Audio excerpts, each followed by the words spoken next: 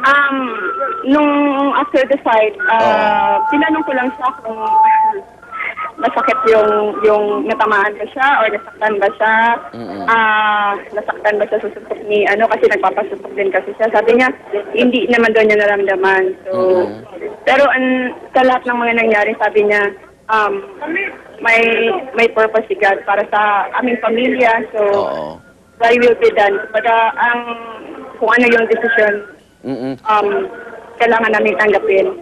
Okay, kasama mong nanonood yung dalawang anak ninyo, no? At nung narinig nyo na yung salitang and the new, nakita kang siyempre hindi mo makayanan, no? Naluha ka rin doon sa ringside. So, pero anong naramdaman mo nung binabanggit na bago na yung kampiyon? Naramdaman ko siyempre, nalungkot ako kasi alam ko naman na nanalo talaga si Manny, siya yung nanalo. And then, si Bradley yung in-announce. So, pero, in a game kasi tatanggapin mo, there's a winner, there's a loser. So, tsaka meron ding mga instances na merong pandadaya, pero in the hearts of the people and in the sight of God, I know that Manny won the fight. So, okay, Jinky, may rematch ng November. Papayagan mo ba si Manny gayong 5 buwan lang ang magiging preparasyon nito bago lumaban ulit? Hindi ko lang po alam kung may rematch sila, pero si Bob Arum na lang at si Freddy ang magpaplano kung meron or wala. Pero ikaw? Kung meron man, definitely, okay lang din ako kung okay si Manny na makipag-rematch din. Jinky, si Connie may tanong. Si Connie Season to. Hi, Connie. Oo. Jinky, kasi kahapon, nung nakita ka na naluha, sabi mo doon sa mga interview, no, na naluha ka dahil sa sinabi ng isa sa mga anak mo. Pwede ba namin malaman kung ano yung nagpaiyak sa mga sinabi ng mga anak mo sa'yo? Kasi sinabi mo sa akin na, Mommy, it's okay. He's still the winner, right? Sabi niya sa akin. So, parang kinomfort niya ako kasi ako yung sumisigaw, parang sinakabahan. So, nakikita niya yung reaction. So, okay. Meron bang, anong plano nyo ngayon? As a family naman, nandyan kayo ngayon, nagbabakasyon syempre, bagong, ito yung parang first time nakapanood ng mga anak nyo, do? So, ano ang balak after? Babalik kami ng LA for 5 days and then paplanuhin namin yung schedule for Jerusalem and Israel. May trip din kayo. Well, good luck ha. Tsaka, thank you. Thank you. Thank you, Jinky. Okay, bye. Bye-bye, Pia. Hello, Igan. Oy, ikaw naman, kamusta ka?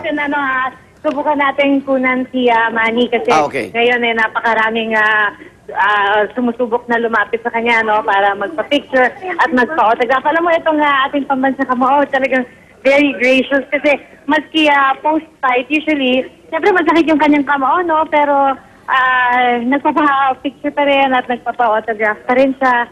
Kaya, eto, at kasama lang niya ang kanyang choir para walang concert ngayon, photo, photo opportunity. At alam mo, itong choir na to, yung mga t-shirt nila talaga MJ Pacquiao Choir. So, talagang pinasok din. Oo, Pacquiao Choir. Bukod pa ito dun sa TNT Servant of God Choir, na... Pwede ka dyan sa Pacquiao Choir. Tingin na lang ako ng t-shirt. Eto ha. Supporta tayo. Hi, Manny. Hi, Keegan. Hi, Jan. Hello? Manny, si Igan to. Good morning. Ay, Igan. Oo, gusto ko marinig ng mga kababayan natin. Kausapin mo sila. Go ahead. Ha? Manny, kamusta ka na? Gusto marinig ng mga kababayan natin. Hello? Yes, Manny, kamusta ka na? Okay naman. Oo, at... Tapos lang na misa. Oo nga. At meron bang rematch, Manny? Hello? Meron bang rematch? Ha? May rematch kay Bradley? Mayroon namang rematch. Depende kay Babaro mo. At Paano yung naramdaman mo? Nakasama pa yung mga anak mo dyan sa nangyari? Oh, kasama ko, yung anak ko, yung yung Manny? anak, yung mga anak ko naman, sabi nila na don't worry mami dahil panalo naman si daddy. Ayun. So, nagbigay ng lakas ng loob pa rin sa'yo yung mga anak mo. Ha? Nagbigay ng lakas ng loob sa'yo yung mga anak mo sa kabila nito. Nagulat ka ba sa resulta, Manny? Dahil lahat kami rito ay nagulat. Nagulat ako at tinanggap naman natin ang buo kasi God has a good plan, has a better plan. Tanggapin natin, ipagkita natin yung respeto at pagiging pagiging professional natin. Okay. Nagkaroon ka ba ng sobrang kumpiyansa, Manny, dahil yung mga obserbasyon dito lagi, yung last round, mukhang hindi ka na ganun ka-agresibo.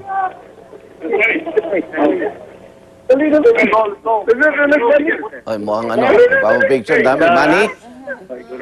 Yes, nagkaroon ka ba ng sobrang kumpiyansa at sa labang ito, hindi mo inasahan nito? Alam nyo, habang kapanayan natin siya, may mga nagpa-picture pa rin. Manny? Yes, Manny?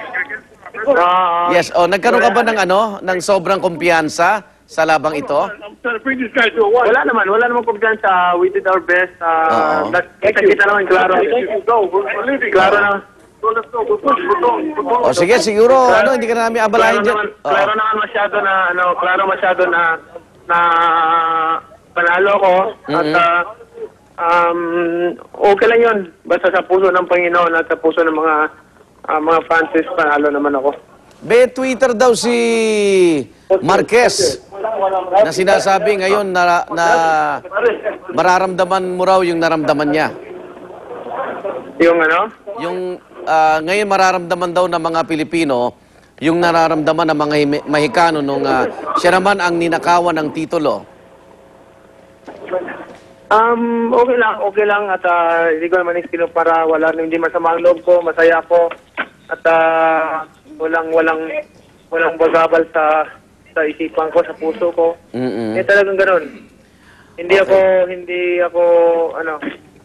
kamukha ng ibang mga tao na kunting lang, dami ng mga sinasabi na Hayaan mo na siya. Okay, meron kaming papakita dito. Si Mami din, nabalita mo na ba? Medyo hinimatay nung nalaman yung resulta. Nagkausap na ba kayo? Hindi ko pa alam. Pero okay naman siya. Nagulat din. At for the first time, pumayag si Mami din na mag-rematch ka. Oo. Ayan. At manonood na siya. Okay, nakita ba si Bradley nung press con na naka-wheelchair, Manny?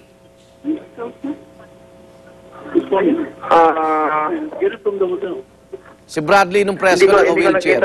Ay, hindi mo nakita. Sabi niya, sa gitna ng laban, nagka-problema siya sa kanyang paa. Masakit. Nakita mo ba yon na...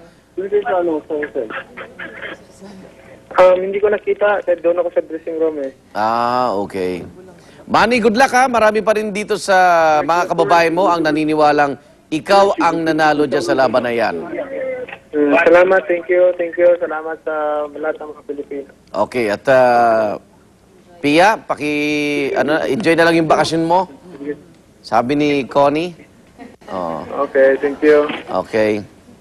Thank you. Ingat, Manny. Pia? Pia, ma'am, yung Pia? Thank you very much. Thank you. Yung cellphone mo, ingat. Pia? Pia, hindi pa kami nagpaalam, Pia.